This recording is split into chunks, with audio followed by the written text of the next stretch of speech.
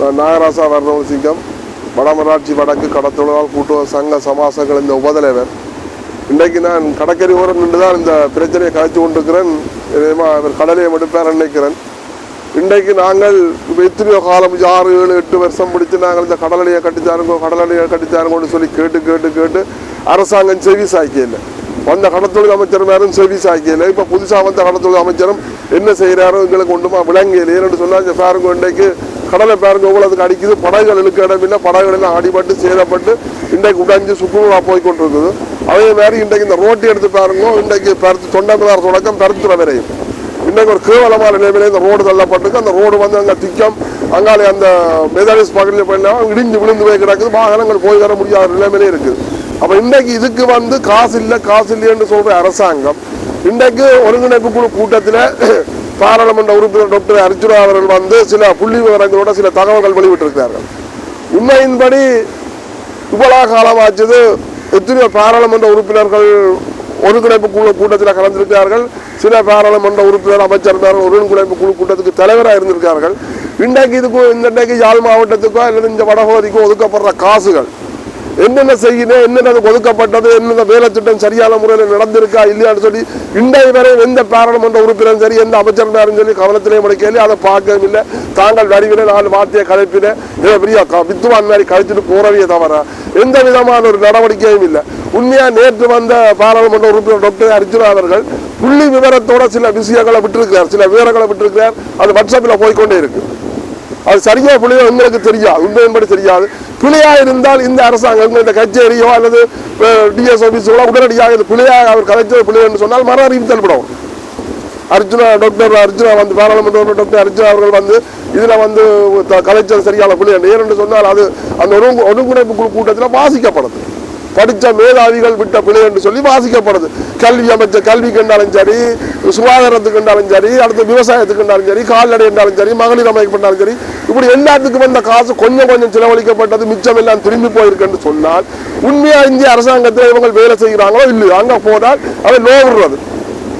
அங்கே 4 பேர் இங்கே 4 பேர் நின்று போன் கிடைக்கிறது லோவிடுறது தான் நடக்குது. அப்புறம் மக்களுக்கான சேவை செய்யலை. இன்றைக்கு மக்களுக்கு வந்த காசு போல திரும்பி போயிருக்கின்றால் என்ன ஆகுது? இங்கே என்ன நடைமுறை நடக்குது? உண்மையின்படியா டாக்டர் அர்ஜுனா அவர்கள் சொல்லியிருக்கிறார். புள்ளி விவரத்தோட எவ்வளவு காசு திரும்பி சிறந்தேரிக்கு போயிருக்குன்னு சொன்னா இதே தான் முதல் வடக்கு மாநில சபையும் இதைத்தான் செய்தது. வடக்கு மாநில சபையில இருந்து இந்த நாட்டை எங்க வீதிகளோ ரோடுகளோ அல்லது எந்த இடங்களையோ அல்லது பழைய கட்டிடங்களையோ பழைய இது சீமெந்து ஃபேக்டரி இதுவரை வந்து திருத்தி அமைக்காமல் இங்க உள்ள வேலைகளை செய்யாமல் காசுகளை திருப்பி அனுப்பி கொண்டிருக்கிறீர்கள். அதே மாதிரி இப்பவும் திருப்பி அனுப்பி கொண்டே இருக்கிறீர்கள். உங்களுக்கு வேலை செய்யணும், வேலை செய்ய தெரியாட்டி நீங்கள் வேலை செய்ய விடணும். உண்மையா டாக்டர் அர்ஜுனா சொல்வது பிள்ளையா இருந்தால் நீங்கள் மன அறிவித்தல் விடணும். நாங்கள் எந்தெந்த ஏரியாலே எவ்வளவு செய்கிறார்கள் புள்ளி விவரத்தோட நீங்கள் அறிவித்தல் விடுக்கும். இப்போ இன்றைக்கு நாடு எவ்வளவுக்கு நாடு பொருளாதார ரீதியில் இன்றைக்கு கீழ் நோக்கி போய் கொண்டிருக்கிறீர்கள். நீங்கள் அனுப்பப்பட்ட காசை திருப்பி அனுப்புறீர்கள். அப்போ அந்த மாதிரி திருப்பி இவங்களை எப்படியா நாட்டுக்கு இவ்வளோ காசு ஒதுக்குக்கோ வேலை திட்டத்துக்கு காசு ஒதுக்க கொண்டு தான் கேட்கிறது. அனுப்பின காசை சரியான முறையில் வேலை செய்து இந்த சரியான திட்டங்களை சரியான நடைமுறைப்படுத்த தெரியவில்லை என்று சொன்னால் நீங்கள் அவர்களை உடனே வெளியேற்றணும். இன்றைக்கு அது கரையோர பாதுகாப்பு திணைக்களமாக இருக்கலாம், மேலவர திணைக்களங்களாக இருக்கலாம், இன்றைக்கு வீதி அதிகார சபைகளாக இருக்கலாம், யார் இருந்தாலும் சரி. உண்மையின்படி இன்றைக்கு 153 மில்லியன் ஒதுக்கப்பட்ட இடத்துல 35-40 மில்லியனுக்கு வேலை செய்து போட்டு மிச்ச காசை திருப்பி அனுப்பியிருக்க. அப்போ இதோ இந்த வேலை இதுதான் நீங்கள் அங்கே இருந்த அரசாங்கத்தில் செய்து கொண்டிருக்கிறீர்கள். உங்களுக்கு என்ன நீங்கள் லோ வச்சு போட்டு சைல வச்சு போட்டு நீங்கள் காசை பண்ணிட்டு போயிடும், கூட சம்பளத்தை பண்ணிட்டு போகிறேன். இன்றைக்கு எங்களுக்கு வர காசு திரும்பி போயிடுன்னு சொன்னால் இதால் கஷ்டப்படுறார். அன்றாடம் தெரிஞ்சுக்கிற மக்கள் எல்லாம் கஷ்டப்படுகிறேன். உண்மையின்படி எந்த அதிகார சபை எந்த அரசியல்வாதி என்றாலும் சரிதான், எந்த அரசாங்க உத்தியோகத்தர் என்றாலும் சரிதான், ஆளுநராக இருந்தாலும் சரிதான், அரசாங்க அதிபராக இருந்தாலும் சரிதான், இந்த தொண்டமிழத்திலிருந்து பருத்துறையே ஒருக்கா பயணம் செய்து பாருங்க. நீங்கள் ஒருக்கா பயணம் செய்தால் தான் அந்த ரோடு எப்படி இருக்குது என்ன வேணும் தெரியும். நீங்கள் அங்கே இருந்து கொண்டு தேவையில்லாத கதையை காய்ச்சி கொண்டிருக்கிறீர்கள். உண்மையின்படி இந்த ரோடு எப்போ கொரோனாவுக்கு பிறகு இந்த ரோடு வந்து கிண்டி கிளறி போட்டு போனீங்க. இன்றைக்கு மேலே ஓட்டிகளுக்கு பச் போட்டு ஓட்டிருக்காள். இந்த ஓட்டி கொண்டிருக்கிறோம். ஓட்டியாலே ஒட்டுறையில தவறா ரோட்டை திருத்துறதா ரோடு எந்த குறுக்கோ இங்கே எல்லா இடமும் ரோடு போட்டாச்சு. குறுக்குளங்க சந்து வந்தெல்லாம் ரோடு போட்டாச்சு. ஆனால் தொண்டங்களாக பருத்துறை வரையும் தான் கேவலமாக கிடக்கு. காசு இல்லை என்றால் ஆனால் வந்த காசை திருப்பி அனுப்புறீங்க. இதுதான் அரசாங்கம் செய்கிற வேலை. பற்றி கடத்தொழில் அமைச்சர் ஒருங்கிணைப்பு குழு தலைவராக இருக்கிறார். ஆனால் கடத்தொழிலை பற்றி ஒரு கதைக்கையில் அவர் கட்சியால் உருவாக்கப்பட்டால் இன்றைக்கு கட்சியால் ஒரு கூட்டுறவு திணைக்களத்தால் கட்சி சொன்ன ஆளை கொண்டு பால் ஏதோ சமநிலத்தில் போட்டு அவர் தான் ஏதோ கதைச்சிக்காங்க. இந்திய நிலப்படை பற்றி தான் அவங்களுக்கு தெரியுமே தவிர இந்த உள்ளூரில் இருக்கிற பிரச்சனை தெரியாது. இன்றைக்கு உள்ளூரில் வளர்ச்சி அடைஞ்சு கொண்டிருக்கிறது உள்ளூர் சோழரும் சுருக்கு வேலை டைனமெட். அப்போ அடுத்தது தடை செய்யப்பட்ட தொழில்கள் இன்றைக்கு வளர்ச்சி அடைந்து மீனிடம் இல்லாமல் போய் செத்து கொண்டிருக்கிறோம். அது வரைக்கும் ஒன்றும் கதைக்க மாட்டாங்க, வாய் திறக்க மாட்டாங்க. கடத்தொழில் அமைச்சர் அதில் வந்து கடத்தொழிலை பற்றி ஒன்றும் கதைக்காமல் பார்த்துட்டு போறேன். ஒருங்கிணைப்பு குழு தலைவர் ஒருங்கிணைப்பு குழு தலைவர் என்று சொன்னால் எந்தெந்த மாவட்டத்துக்கு எந்தெந்த கிராமங்களுக்கு எந்தெந்த பிரதேசங்களுக்கு எவ்வளவு காசு ஒதுக்கப்பட்டது, அந்த காசுக்கு என்னென்ன வேலை திட்டங்கள் நடந்திருக்கிறது, அந்த உண்மையாளர்கள் அனுப்பப்பட்ட காசுகள் முற்றாக வேலை திட்டம் நடந்திருக்கா நடக்க இல்லையா, இதுகள் எல்லாத்தையும் பார்க்கணும், ஆதாரம் கேட்கணும். அதன்படி அதே மாதிரி உண்மையின்படி சரியான முறையில் வேலை செய்யறதா இருந்தால் ஒவ்வொரு பிரதேச செயலங்களுக்கு ஊடாக ஒவ்வொரு ஜிஎஸ் பிரிவினையும் வந்து எந்தெந்த கிராமத்துக்கு என்னென்ன வேலை செய்யணும், இவ்வளவு காசுக்கு வேலை செய்யப்பட்டோம்னு சொல்லி ஒட்டணும். மக்கள் பார்வையை ஒட்டணும், வெளிப்படையான முறையில் ஒட்டணும். நீங்கள் ஒன்றுமே ஒட்டுறதுல என்ன வேலை செய்யறது. அதான் அந்த பாராளுமன்ற டாக்டர் அர்ஜுனாயிட்டே சொல்றார், காசு யாருக்கு அள்ளி கொடுத்தீங்களோ கிள்ளி கொடுத்தீங்களோ என்ன செய்யலோ அது தங்களை தெரியும். அது 2ஆம் பட்சம். வந்த காசையும் திருப்பி அனுப்புறீங்க, அதுவும் பெரிய பெரிய காசுகளும் இல்லை. 500 மில்லியன் திருப்பி அனுப்பி இருக்கிறேன்னு சொன்னால் எத்தனை கோடி அந்த காசு. அந்த காசுக்கு யாழ் மாவட்டத்தில் எவ்வளவு செய்திருக்கலாம். ஆனா இதுக்கு தான் நீங்க அரசாங்கத்தில் இருக்கிற அரசாங்கத்தில் வந்து 3 வேலை திட்டம் செய்தோம் என்று சொல்லி அதில் போட்டுட்டு உண்மையின்படி இவ்வளவு காசு திரும்பி போயிருக்கு. அப்ப 53 வேலை திட்டம் செய்தோம்னு சொன்னா ஏன் காசு திரும்பணும். நீங்க இந்த வேலை திட்டத்தை செய்த காசு 10 என்று சொன்னால் பாராளுமன்ற உறுப்பினர் அமைச்சர் கலைச்சு எங்களுக்கு காசு 10 நிதியை கூட ஒதுக்குன்னு சொல்லி கேட்கணும். ஆனா நீங்கள் வந்த நிதியை திருப்பி அனுப்புறீர்கள். அப்ப எங்களுக்கு தமிழக வாழ்வை யோசிச்சு பாருங்க. அப்ப எல்லாரும் வந்து எங்களுக்கு துரோகம் தான் செய்கிறீர்கள். முதல் இருந்த பாராளுமன்ற உறுப்பினர் அமைச்சர் இதுவரையில கேட்டதே கிடையாது, இதை கலைச்சதே கிடையாது. ஆனா உங்க நேற்று வந்த உண்மை பாராளுமன்ற அர்ஜுனா வந்து அது அவருடைய கலைச்ச உடனே நீங்கள் அவரை மண்டலோசு முட்டாள் கோமாளியன்னு சொல்றீர்கள், வசமாடுறீர்கள். அது வேற பிரச்சனை. இதே மாதிரி தான் நாங்களும் கடத்தொழில் பிரச்சனையை வந்து இந்த கச்சேரி ஒருங்கிணைப்பு கூட்டத்தில் நாங்கள் வந்து எங்கட பிரச்சனையை சுட்டி காட்டி நாங்கள் கலைச்ச உடனே இவங்கள் வருவாங்க, இதைத்தான் கலைப்பாங்க, குழப்புவாங்க என்று சொல்லி எங்களை கூட்டத்துக்கே எங்களுக்கு அறிவிக்கிறே இல்லை. அப்படியாகத்தில் கேவலங்கள் அரசாங்கத்தை வச்சு நடத்தி கொண்டிருக்கிறீர்கள்.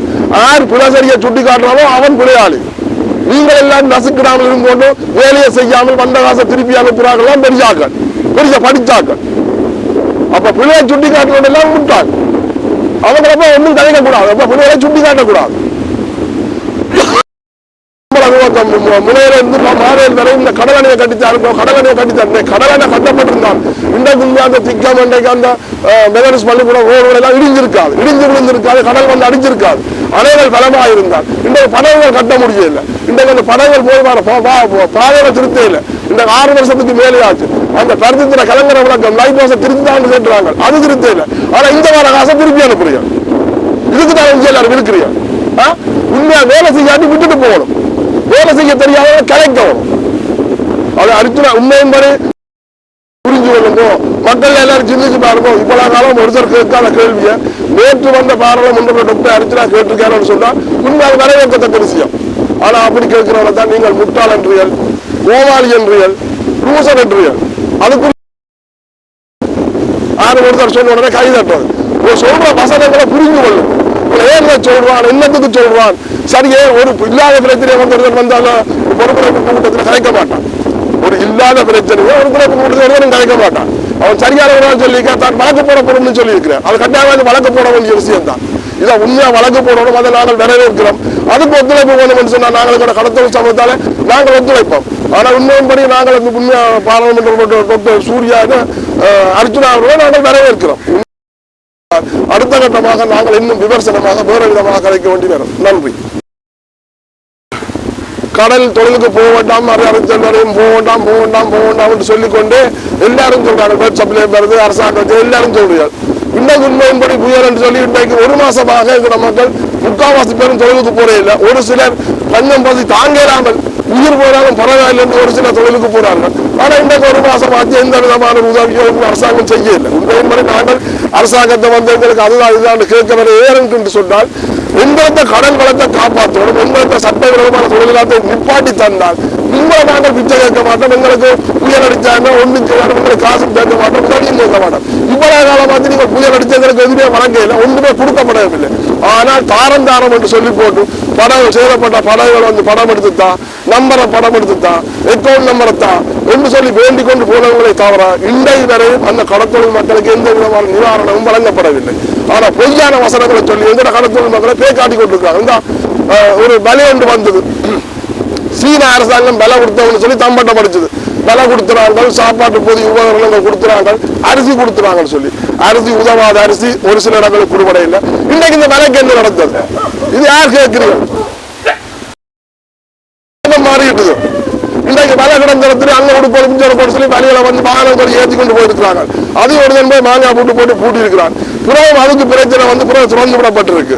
அப்ப இன்றைக்கு இந்த வலைகளுக்கு என்ன நடந்தது? சீன அரசாங்கம் பரவட்டுது, நாங்கள் மக்களுக்கு செய்யறோம் மக்களுக்கு செய்யணும். சீன அரசாங்கம் பேக்காட்டி எங்களை இடங்களை பிடிக்கிறது தெரியுது. அது ஒரு வேலை நாங்கள் விட மாட்டோம், விட போறதும் இல்லை. ஆனா சீன அரசாங்கம் கொடுத்த வேலையில இங்க சீனா போமண்டு உடஞ்சோ போமொழிய சைன வண்டிகள் போமன்ற சைன வண்டிகள் போறீங்க. இன்றைய வரையும் விலை இல்லை. மன்னன மானியம் என்று சொன்னீங்க, இன்றைக்கு அது வரை இல்லை. மன்னன மானியத்துக்கு அந்த தொண்டை கொண்டு வா, இந்த தொண்டை கொண்டு வா, இன்சூரன்ஸை கொண்டு வா, இன்சூரன்ஸை காட்டு, போட்டு படம் எடுக்கணும், படம் எடுக்கும், எல்லாத்தையும் படம் சொல்லி இந்த மக்கள் எல்லாம் ஓடி ஓடி ஓடி ஓடி படம் எடுத்து எல்லாத்தையும் கொடுத்தது. ஆனா ஒன்றுக்கு நிதி வரையில கிடைக்கல. இப்படியே கடத்தொழில் மக்கள் எல்லாரும் பே காட்டி கொண்டு இருக்கிறாங்க. எந்த விதமான அறிக்கையும் இல்லை, எந்த விதமான நடவடிக்கையும் இல்லை. அவரை போய் ஆபீஸ் வழியை லோ அடிச்சு போட்டு சைனை வச்சுட்டு தாங்க சம்பளம் எடுக்கிறாங்க. இந்த மக்கள் எப்படிப்பட்டாங்க, அந்த மக்கள் எப்படிப்பட்ட மாற்றம் மாற்றம் மாற்றம் என்று சொல்லிச்சு. மாற்றத்துக்காக மக்கள் ஓடிச்சுனேன். இன்றைக்கு என்ன வந்தது? என்ன நடந்தது மாற்றம்? இன்றைக்கு என்ன மாற்றம் நடந்தது? இன்றைக்கு அரிசி கொஞ்சம் வந்து இறக்கப்பட்டிருக்குது. அதுல 300 டன் 30 டன் வந்து என்ன சமையலுக்கு உதவாத அரிசி என்று சொல்லி செய்தியில போகுது. பத்திரிகையாளர் செய்தியில டான் டிவியில வாசி வருது, கேபிட்டல் நியூஸ்ல வாசி வருது. இப்படியாக நாங்கள் இருக்கிற எந்த விதமான மாற்றமும் எங்களுக்கு வரையில்லை. இன்றைக்கு கடத்தொழில் அமைச்சர் ஒருவர் புதுசா வந்தார், அமைச்சர் சந்திரசேகர அவர்கள் வந்து பாராளுமன்றத்தில் எங்களை பற்றி கதைக்க இல்லை, கடத்தொழிலை பற்றி கதைக்க இல்லை. நுவரேலியாவையும் தோட்ட தொழிலாளிகளை பற்றி தான் கதைச்சிட்டு போனவர். இன்றைக்கு ஒருங்கிணைப்பு குழு கூட்டத்தை பற்றி கதைக்கல. இன்றைக்கு உண்மையின்படி ஒரு கடத்தொழில் அமைச்சர் என்று சொன்னால், கடத்தொழில் அமைச்சர் பதவியேற்று வந்த உடனேயே எல்லா மாவட்டத்தின் ஏடி மேலையும் ஒரு இடத்துல டிஜி இந்த ஆபீஸில் ஒருங்கிணைச்சு அங்க உள்ள பிரச்சனைகளை கேட்டறிக்கணும். கேட்டறிஞ்சு இப்போ ஒவ்வொரு மாவட்டத்திலும் என்ன பிரச்சனை இருக்குது, என்ன நடக்குது அங்கன்னு சொல்லி கேட்டறிஞ்சு அதுக்குரிய பிரச்சனைகளை தீர்க்கிற வழியை பார்க்கணும். ஆனா இன்றைக்கு வரையும் அப்படி ஒரு சம்பவம் நடந்ததுன்னு சொல்லி நாங்கள் கேள்விப்பட இல்லை. ரகசியமான முறையில் நடந்தது எங்களுக்கு தெரியாது. ஆனால் இது பகிரங்கமான முறையில் எங்களுக்கு தெரியாது. 2016ஆம் ஆண்டு சட்டம் ஒன்று இருக்கு. வெளிவார அமைச்சர் சுஷ்மா சுவராஜும் எங்களோட மங்கள சமர வீராம் எடுத்த முடிவு, அதில் பாராளுமன்ற உறுப்பினர் சுமந்திரன் அப்படி அங்கே இருந்து அவர்களால் எடுக்கப்பட்ட முடிவு, அந்த சட்டத்தை வந்து நடைமுறைப்படுத்தணும். அப்படி இல்லை என்று சொன்னால் எங்களுடைய எல்லைக்கு வந்தால் நாங்கள் கட்டாயம் அரெஸ்ட் பண்ணி ஆகும். எங்களை இல்லை தாண்டக்கூடாதுன்னு சொல்லி ஒரு தீர்க்கமான முடிவு எடுக்கணும். அவர் என்ன கதைச்சு எப்படி கதைக்கிறார், மீனவற்ற பிரச்சனை கதைக்கிறார் எங்களுக்கு தெரியல. அது கதைப்பாராக இருந்தால் இதைத்தான் கதைக்கணும் சொல்லி எங்களுக்கு தேவா. ஏனென்று சொன்னால் நாங்கள் காலங்காலமாக ஏமாற்றப்பட்டு கொண்டிருக்கிறோம், பேக்காட்டுப்பட்டு கொண்டிருக்கிறோம். ஓமோமென்று சொல்லுவாங்க, சொல்லி போட்டு புறவை பார்த்தா இங்கே இந்த கடை வந்து நிற்கிறாங்க, எங்களுக்கு வளர்ச்சி அளிக்கிறாங்க. இன்றைக்கு நாங்கள் நிற்கதியாத்தி நிற்கிறோம். தயவு செய்து இதை ஜனாதிபதி அவர்களும் கவனத்தில் எடுத்து, கடத்தொழில் அமைச்சர் கவனத்தில், ஜனாதிபதி செயலையும் கவனத்தில் எடுத்து இதுவரை எல்லாத்தையும் உடனடியாக நடவடிக்கை எடுக்கணும். அடுத்தது இங்க திரும்புகிற காசுகளுக்கும் உடனடியாக பாராளுமன்ற டாக்டர் அர்ஜுனா அவர் கலைச்சது சரியாக இருந்தால் அதுக்கு வழக்கு போட்டு இதுக்குரிய நடவடிக்கை எடுக்கணும்னு சொல்லி தாழ்வுடன் கேட்டுக்கணும்.